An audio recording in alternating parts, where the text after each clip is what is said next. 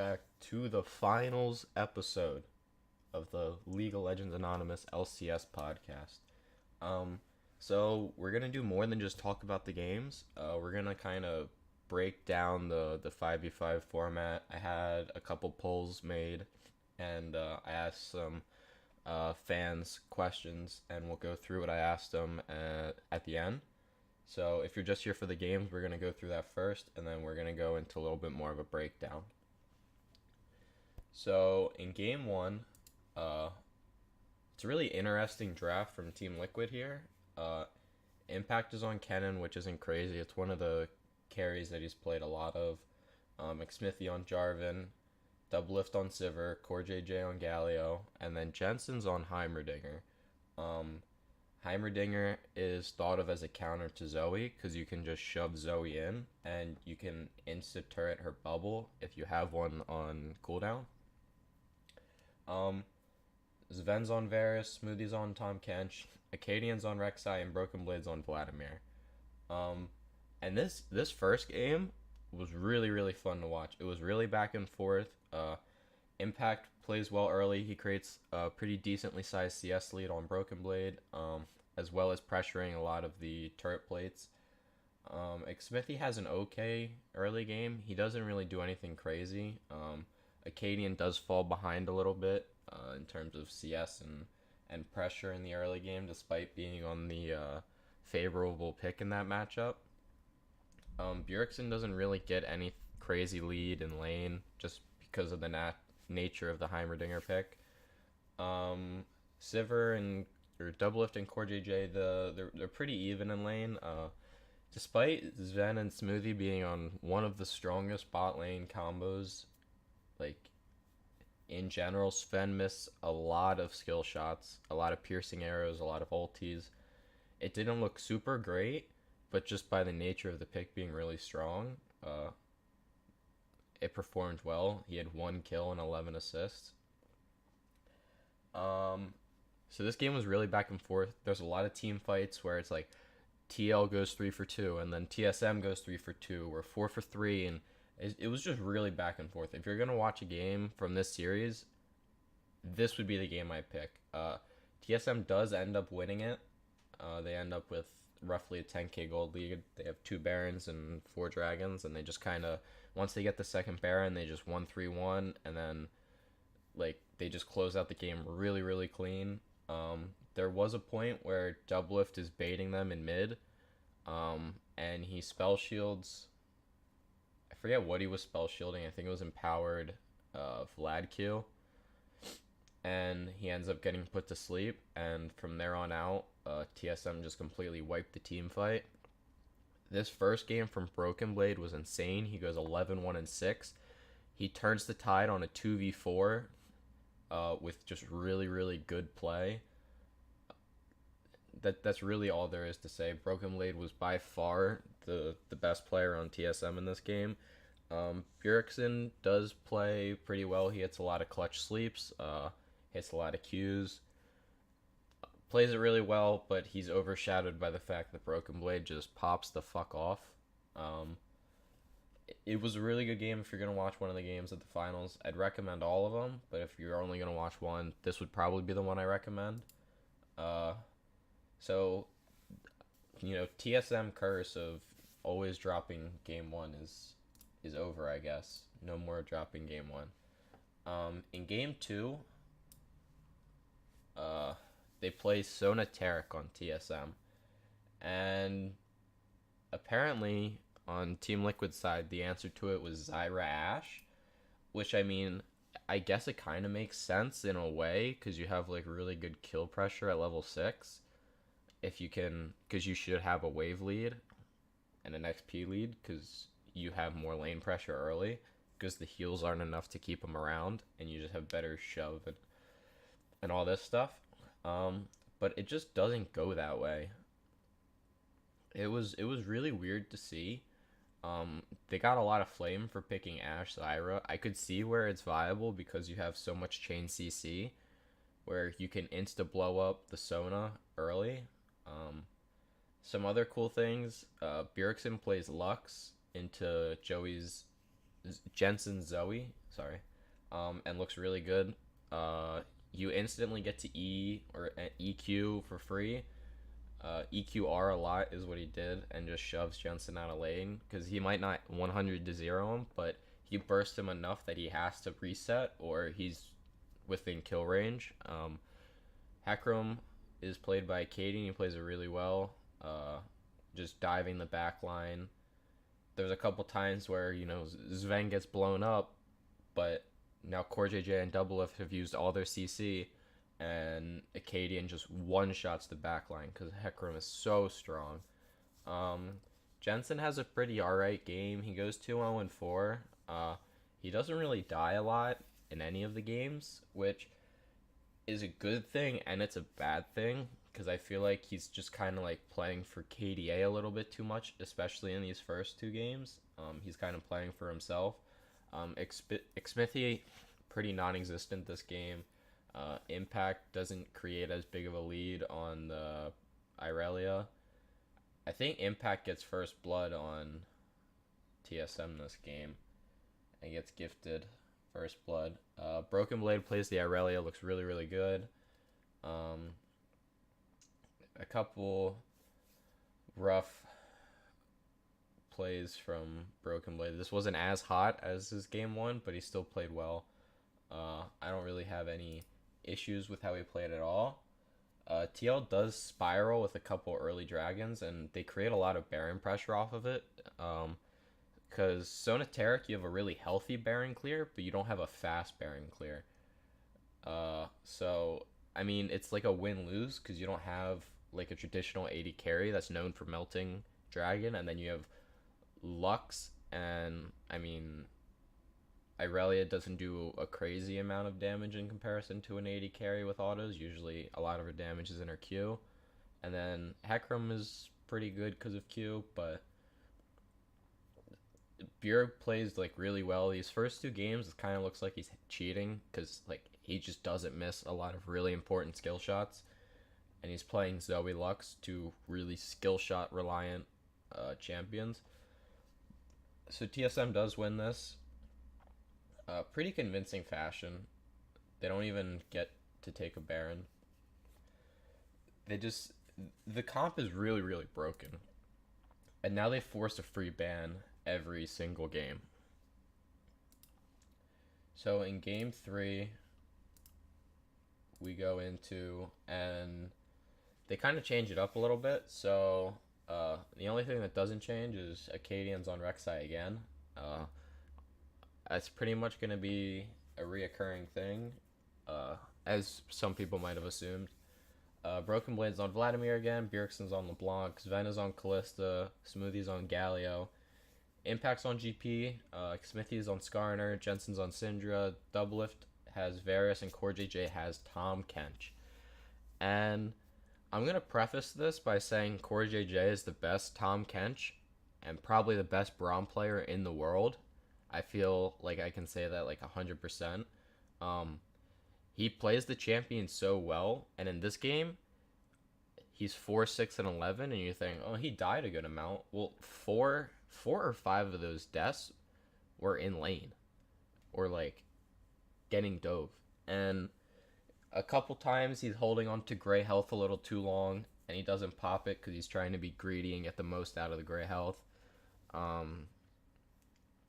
But it doesn't matter because despite Sven and Smoothie getting all this attention and all this pressure bottom, Doublelift is still up like 30 or 40 CS and up a level.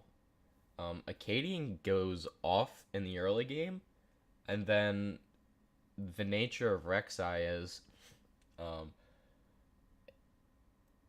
you really have to play it well late, and if you don't, your lead means nothing. So when you look at TL's team comp, the Rek'Sai isn't going to one-hit the Gangplank. He's got Bone Plating, he has Triforce Sterex. Like, you're not going to 100 to 0 the Gangplank. He's farmed well, he's got some kills, got a lot of assists with his ulti. You can't kill the Skarner. The Skarner's going to out team fight you. you might be able to kill the LeBlanc or the Syndra. You can't kill Varus because he's gonna get Tom Kench eaten, and you can't kill Tom Kench once this goes later in the game. And that was a real problem that TSM had in this game is they couldn't kill Jensen, they couldn't kill Doublelift, and you can't 100 to 0 impact. So their top side, their jungle top is pretty tanky. Their support super tanky. The only real damage threats on TSM are the LeBlanc and the Vladimir. Bjergsen does get a few early kills, but it doesn't matter. Because if you look at the team comp, Team Liquid is just going to 5v5 you, and LeBlanc has to be played so insanely well.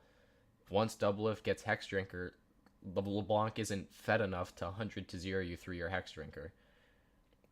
Acadian can't 100 to 0 your Varus because you're going to get Tom Kench devoured. You can't 100 to 0 the Syndra. She's going to get Tom Kench devoured. She's going to Hourglass. Like, the Skarner pick I really like here from Team Liquid. He doesn't play it super proactively. So one of the best things that Xmithy is, and a lot of people gave Xmithy a lot of shit for his performance in playoffs, he actually did exactly what he needed to do. He doesn't have to aggress early. He just needs to be there and show up when the Rek'Sai goes and where he goes. If you're playing Skarner, the enemy team's carries instantly have to buy QSS or their free ult targets. The Kalista Galio just doesn't have the lane pressure it needs. And yeah, this game, it's a little back and forth, but like Doublelift gets fed. The Skarner brings like so much utility to the team. The Gangplank gets the 1,000 gold shutdown on the Rek'Sai and is just able to spiral. Like, the Syndra pick into the LeBlanc is good. It's a safer natural counter because you can just E away LeBlanc's W. Like,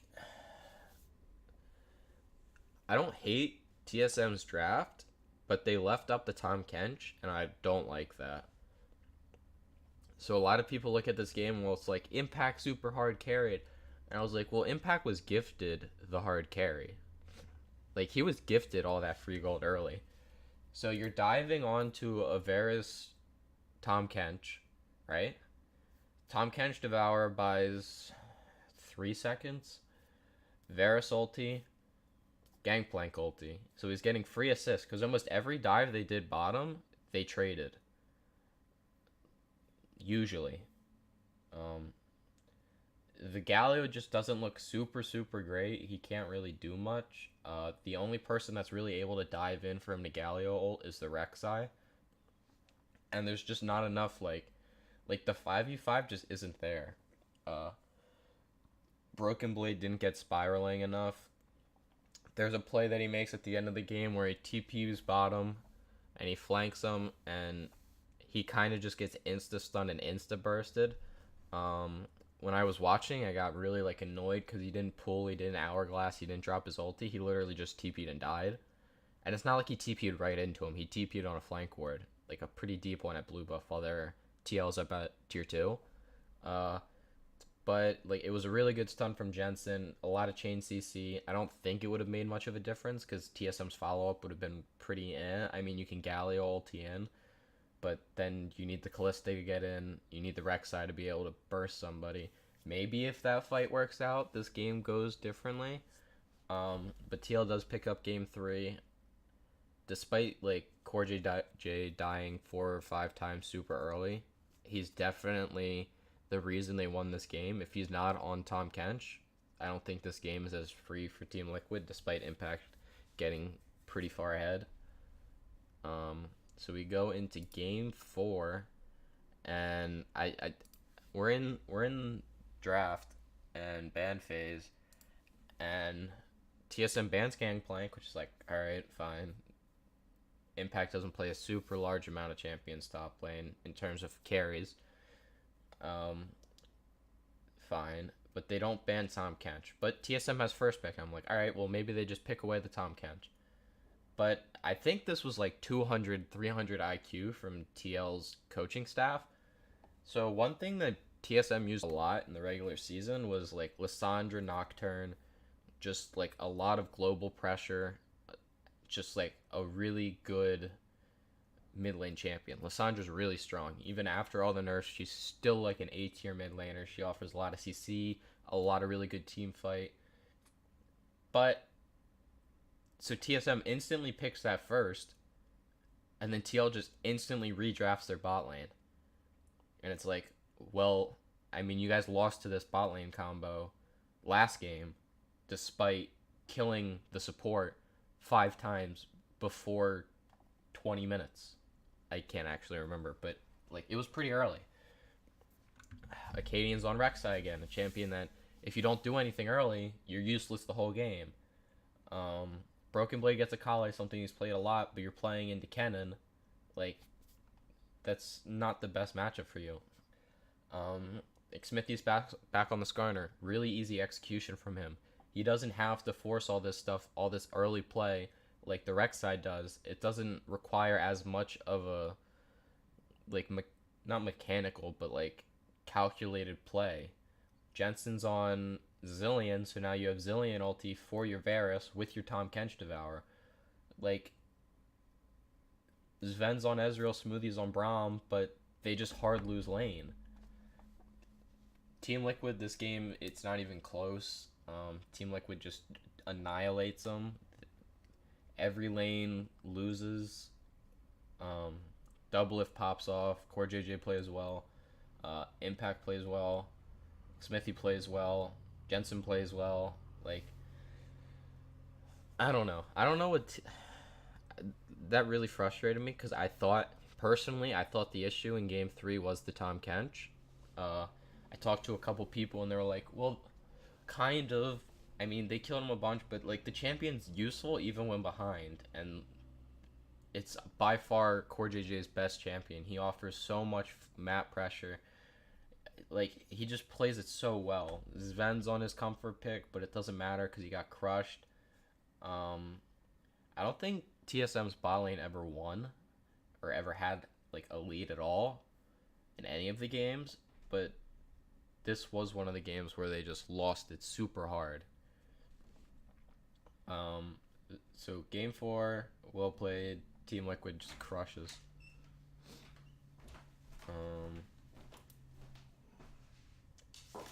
Game 5, they banned the Tahm Kench finally, and Core JJ plays Braum, which is his second best champion. One thing I don't like from this draft is they put Acadian on the Rek'Sai again. I would have rather have seen something with a little bit less priority on playing early game super aggressive. I would have rather have seen him on like a Gragas, something like that. And they leave up a Kali again on TL side, so TSM picks it and they give it to Broken Blade because it's Broken Blade's comfort. But so they ban the Cannon, they ban the GP. The only other carries Impact has really played is Victor and Vladimir.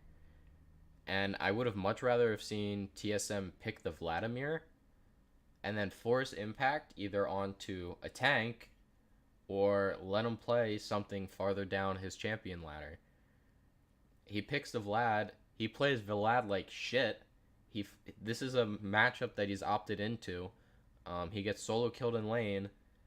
He's 1-3-12. He never sets up a good Vladimir flank. He doesn't look good on it in general. But it doesn't matter because the champion hits a point where it just scales, and you don't have to play it really well to make use of what the champion does. Bjergsen's on Zoe. Sven's on Ezreal again. Smoothie's on Galio again. Jensen's on LeBlanc. Smithy's back on the Skarner. And Doublelift is on Kai'Sa. So this game was another good game. I think if you play this game out multiple times, I mean, I look at TSM comp, and I like TSM's comp better. Akali on Broken Blade, comfort. Rek'Sai on Acadian, comfort. Zoe's on Bjergsen, comfort. Sven's on Ezreal, Smoothie's on Galio. I like their comp better in general, just flat out. It's a lot more comfort. Um, Impacts on Vlad, somewhat comfortable, I guess. Smithy's on Skarner, comfortable. Jensen's on LeBlanc, comfortable. Double lift on Kaisa, comfortable. Core JJ on Braum, comfortable. Core JJ uses the Braum extremely well. He blocks almost every Ezreal ulti with shield. He blocks a lot of key Zoe spells.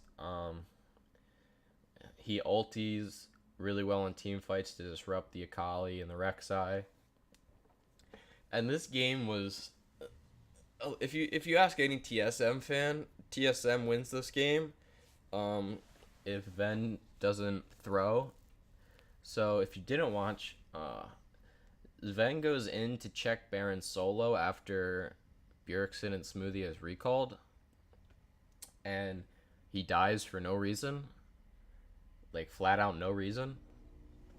So TL pick up a free Baron, and this isn't even when the game's like completely lost. So TL picks up a Baron. I think they get one turret with it. I think they get mid, and then they go and they dance around Elder for like 2 minutes, like just flat out 2 minutes straight. Like, so they're dancing around Elder, they're fighting back and forth. TSM's really close to winning the fight. Sven ease in next to a bush and instantly dies again to LeBlanc, knowing that LeBlanc was last seen outside. Like, Jensen had like a really good impact this game. And Broken Blade can't play the side lane well because he beats Impact 1v1, but the second that LeBlanc shows up, it's over. Because LeBlanc can play a side lane and gank a side lane a lot better than a Zoe can. LeBlanc is a really good matchup into Akali in general, just based off of you're ranged and you have just as much burst as LeBlanc, or as the Akali, but your W helps you kite back around her passive, and your W helps you hit her in her shroud and stuff. This was a really good game from Jensen. Double if scoreline looks super insane. He played okay. He has a game I'd expect him to play. It wasn't anything crazy. He's 5-1-7. He destroys the CS, but he doesn't like super pop off. He has a couple nice plays. He's got a couple plays. So TL ends up picking up the Elder, and then they go back and they pick up Baron, and then it's just kind of over from there. Bjergsen wasn't able to hit enough Sleepy Trouble bubbles around these objective fights to kind of turn the tides a little bit. The Rek'Sai didn't get rolling. The Akali didn't super pop off. So in a team fight, the Vladimir is just flat out better. I think if you replay this game, I'd see TSM winning it 6 times out of 10, just based off of comp. The only thing I don't like is the Rek'Sai pick, and I would have rather seen Broken Blade pick the Vlad and force Impact down his champion pool more. But I understand in Game 5 you're giving all your players comfort. Broken Blade and Acadian, this is their first finals in NA. Smoothie is known to have nerves in finals. Sven's playing comfort. Bjergsen's on Zoe, which he's really nutty on Zoe. So TL does end up winning this game, and they are the Spring Split champions. Doublelift ends up with the Spring Split MVP, Series MVP thing, and I don't think that's right. I think if I could pick anyone in the game, I think Broken Blade is the Series MVP. He plays well almost every game. His scoreline might not depict it, but he crushes Impact in lane. He solo kills him. He plays well. It's just his team kind of fell behind, and like there's just not much you can do in that point. I thought Jensen has a pretty okay series. His first 2 games were a little but I think his main objective was to not fall super behind in mid and not let Bjergsen steamroll him. And Jensen is probably the only mid laner in LCS that can consistently not get crushed by Bjergsen. He absorbs a lot of pressure. Smithy plays well. He got a lot of shit because he's just on Skarner duty, but he plays the pick the way he has to play it. If I were to give anyone the MVP, I'd give it to Core JJ. I think he played super well and is the reason for Team Liquid's wins in games 3, 4, and 5, despite like dying a lot in game 3. Like he's just such a good player. Impact played well. He didn't like even game 1 when the flag got super fed. It wasn't because of Impact. It's because Broken Blade just had better team fight. And the Kennen wasn't able to kill Vlad in lane, so he just got to scale. I think Impact played well. He played like playoff Impact, kind of how Spence Garen plays well in playoffs. Impact has the same thing. Uh, I still not sure about how they're gonna do at MSI, just because of how volatile Impact is, and a lot of these top laners from the other regions are really really good. And I don't know if Team Liquid is proactive enough early. They're a very reactive playing team, um, which is how they're comfortable playing the game. I think their bot and mid is fine. I think Smithy will be fine in the jungle. He's just a super smart player. I just I don't know how Impact's gonna do. I think we'll be on the tank patch, so that'll probably make Impact even better now that I think about it, because he is just a really good tank player. Uh, so GG TL. This was a pretty hype series. Doublelift picks up his sixth NALCS title. Smithy picks up his fifth, so now he's tied with Bjergsen as well. So I did go and I started a straw pool, and I wanted to see what everyone thought. So I put this up there and I said, if you played 10 best of fives, not in one day, obviously, who's gonna win more of them, TL, TSM, or do they win five of them each? So there was 4 votes that TSM wins more. There wasn't like an option where it's like 6-4, because I do think no matter what, this is close. 4 votes for Team Liquid, and then 2 votes for 5 wins each. I agree with the 5 wins each. I think that if you coin flip, I think this is a coin flip where if you flip a coin, 50% of the time you're going to land on TL, 50% of the time you're going to land on TSM. I don't think, again, there's no option, but I would be really surprised if the Team Liquid or the TSM fans think that their team's going to win 7 of those best of 5s. I think even if it does go one way or the other, it's 6-4 where one series just goes one way. And I think that changes every time. I think each team has core strength and each team has core weaknesses. For Team Liquid, it's their top lane, and TSM, it's their jungle. I don't think Broken Blade is a weakness anymore. I think Acadian's smaller champion pool and smaller comfort picks is his weakness, but his strength is that he's super aggressive and he's able to use that Rek'Sai pick really well. And I did have Team Liquid fans message me because I had a question. I was curious because when I was thinking about the games, I was kind of trying to rate, especially after they picked the MVP of the series, like, who did I actually think played better? And personally, I thought Core JJ had one hell of a series. I think he was by far the best player on Team Liquid. Between him and Broken Blade, I think it's really close. I think it's easier to give it to Broken Blade just because he's an actual, like, carry player. Despite, like, I think Core JJ is a big reason that TL did so well. But again, I think that's really close, and yeah. So I asked a couple people. I'm not going to name names of who these people are. We're going to break down what they said numbers-wise, and then I'm going to say if I agree or disagree with it at the end.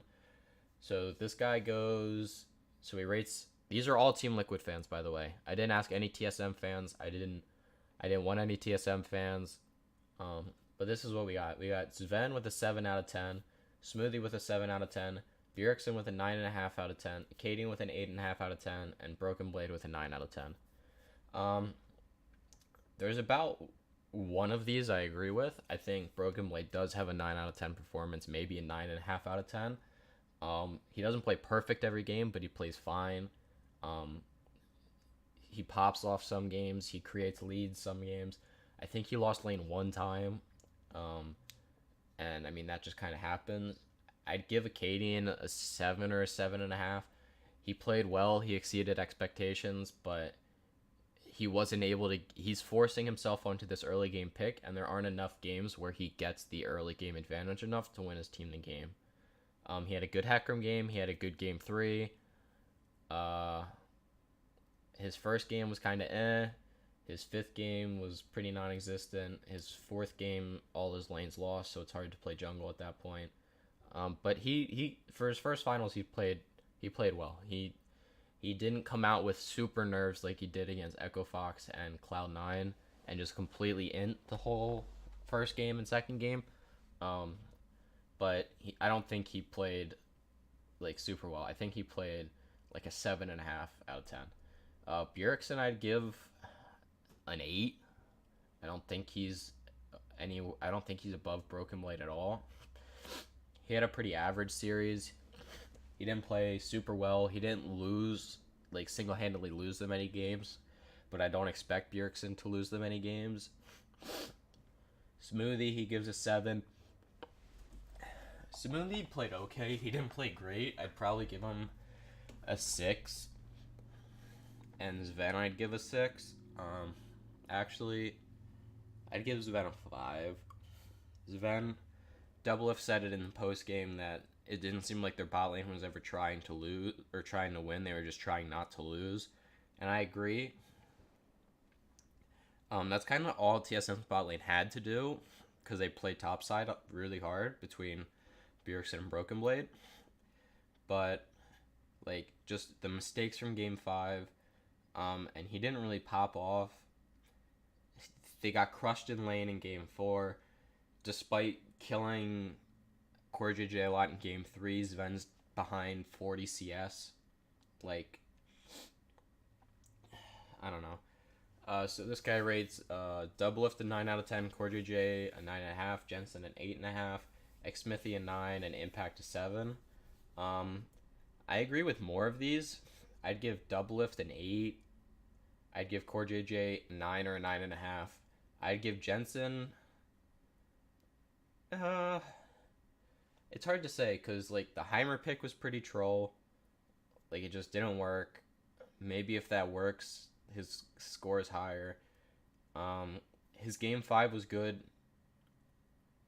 He didn't like hard lose lane, which is good.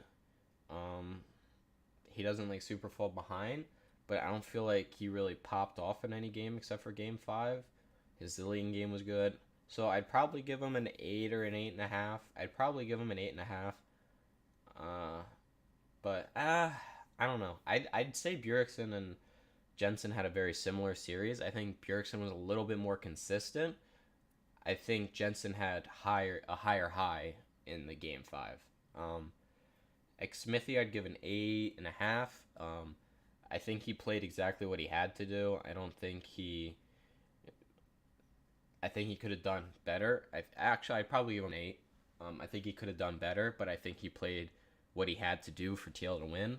An Impact I'd give an 8. He really surprised me in this series. So he does lose lane a lot against Broken Blade, but that's kind of expected because Impact is a tank player primarily, who's known for falling behind in CS. He has a really strong game 4 on the cannon. He doesn't play a tank at all. He gets solo killed a couple times, but like he's Impact and he's still useful. He had a good game 3 on the Gangplank. He had a good game 4 on the cannon. His Vladimir wasn't insane or like super good, but he didn't lose them the game like he did in the last game of the LCS when he picked Vladimir into Akali against Broken Blade. I think Impact played well. I don't think it was like super crazy, but I don't think he costed the win at all. He was pretty staple up there. He exceeded my expectations. I was expecting a little bit more tank play from him, and I think it would have served them well to put him on a tank and kind of give Xmithy a little bit more priority in being a carry, but other than that, I kind of agree with some of them. I'm pretty far off on some other ones, so I'd give Zven a 5, Smoothie a 6, Bjergsen an 8, Acadian 7.5 or a 7. I give Broken Blade a 9.5. I'd give Doublelift an 8. I'd give Core JJ a 9.5. I'd give Jensen an 8. I'd give Xmithy an 8, and I'd give Impact an 8. I think that's where I'm at. So I did ask another guy, and he kind of did it in terms of like a matchup thing. So he gave Impact a 6 and Broken Blade a 6. I think that's pretty far off. He gave Acadian a 7 and Xmithy a 5. Again, I think a lot of people underestimated what Xmithy did as a player, and that he doesn't have to play super aggressive early in those games. He just has to show up and make it so the Rek'Sai can't go for that without dying. He gives Jensen a 5 and Bjergsen an 8. Again, I think he really underrated the Jensen here. He kind of wrote me a little thing. While consistently keeping up with Bjerg getting Spears in CS minus game 1 on Heimer, he never impacted the map as much as Bjergsen. Very mid play from Jensen. You could have replaced him with almost any other LCS mid and the results would have been the same. I think if you put any other LCS mid here, TSM actually 3-1s this game. Or at least 3-2s, because Jensen was a big reason they won in game 5. The LeBlanc was like just really good and bursted Zven out a lot. Hold on.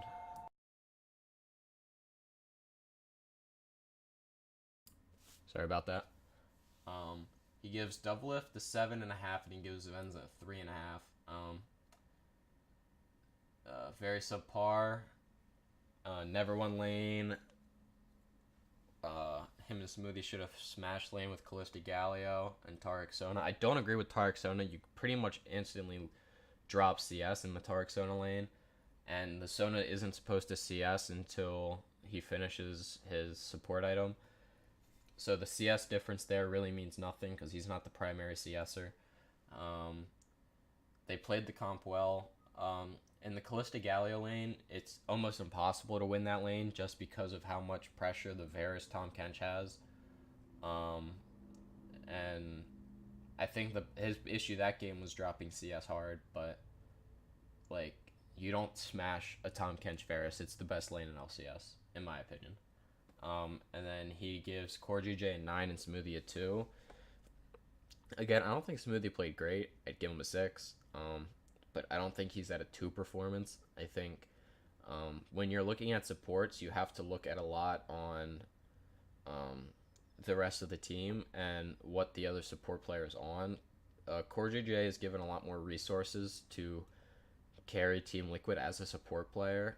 I think Smoothie only died in a really bad place one time for no reason. Other than that, I thought he played okay. I think your grading is a little harsh and a little too positive in some points. I do agree that Core JJ was probably the best player on TL, which you have rated, but I don't think that Bjergsen was above Broken Blade at all. I'm actually curious. Very up and down, had phenomenal mechanics and 1v1 power against Impact, but later in the game there were a lot of times where he should have done nothing or just not been where he was. I don't know if that's true, because when you're playing 1-3-1, which is something that TSM really likes to do, and is pretty decent at it, sometimes you dying 2v1 or 3v1 is actually the correct play. He never really dies 1v1 to Impact in the side lane. And, I mean, when you look at score lines don't say everything, but I thought Broken Blade had a really good performance this series, and I'd rate him above Impact. I think Broken Blade and Core GJ were the best players in the series. Again, like I agree with him on more than what I agree with the first guy on. I think the first guy's numbers are a little too high, but this guy, I think his numbers are a little too low in some spots. And I mean, again, I really want to like preface that I think um, Smithy had an actual good series. A lot of people don't think he did, but if you look at what he had to actually do in those games, he played to his win condition really well. Um, you don't have to be the flashiest jungler uh, or playing these super early game aggressive champions to actually look good. Um, what Smithy brought to the team was really important, and if you put in another jungler there, I don't think TL wins. I just, I don't. I don't think anyone could have held Acadian down that much in the way that Smithy did in games 3, 4, and 5. Like, despite Acadian getting super far ahead in game 3, he wasn't getting ahead off of Smithy. He was getting ahead off of bot lane dives. And, I mean, yeah, you could say, well, why isn't Smithy there if his only responsibility is tracking? And, I mean, he does start getting there towards the last couple dives, but, I mean, Smithy played to his win condition. Um, yeah, I mean, that's kind of just all the games and everything I had planned to talk about. TL does win. They are the spring split champions, so that's 3 titles in a row. Uh, Doublelift gets series MVP. I think it should have been Core JJ on TL. I think it should have been a Broken Blade on TSM. Kind of disappointed in the bot lane performance from TSM. A little bit disappointed in the mid lane performance from TSM. I would have liked to have seen Bjerg do a little bit more. Acadian played pretty well. Broken Blade, I really love watching Broken Blade. Impact played well. Smithy played well. Jensen plays well. Doublelift plays well. Core JJ is a beast. That's kind of all I had planned to talk about. It was 5 games. Most of these episodes I have to talk about like 10 games. So this is a little bit shorter than most of them, but it's right around where I would like it to be. If you guys enjoyed, let us know. Hit that like button on YouTube. Let us know in the comments. Message us on Discord. If you have any questions or you want to talk about stuff, you can hit me up. I'm always down to chat about League of Legends. I am looking for some hosts. I've put this out there before. If you're interested in being a host on the League of Legends Anonymous LCS podcast, message me. We'll talk a little bit. I got a couple people already wanting in, so I gotta take some time to talk to people. I already picked one. We tried to make it happen Wednesday. He got caught up at work, so I kept pushing it back, hoping that he'd be able to be on this episode, just so there's a little bit more discussion. But he sadly wasn't able to. Hopefully, when Summer Split starts, he'll have a little bit more free time, and we'll probably have a third host that we can kind of ping pong around who is on the episode. Again, thanks for listening. I hope you guys enjoyed, and sorry that it came out a little bit later.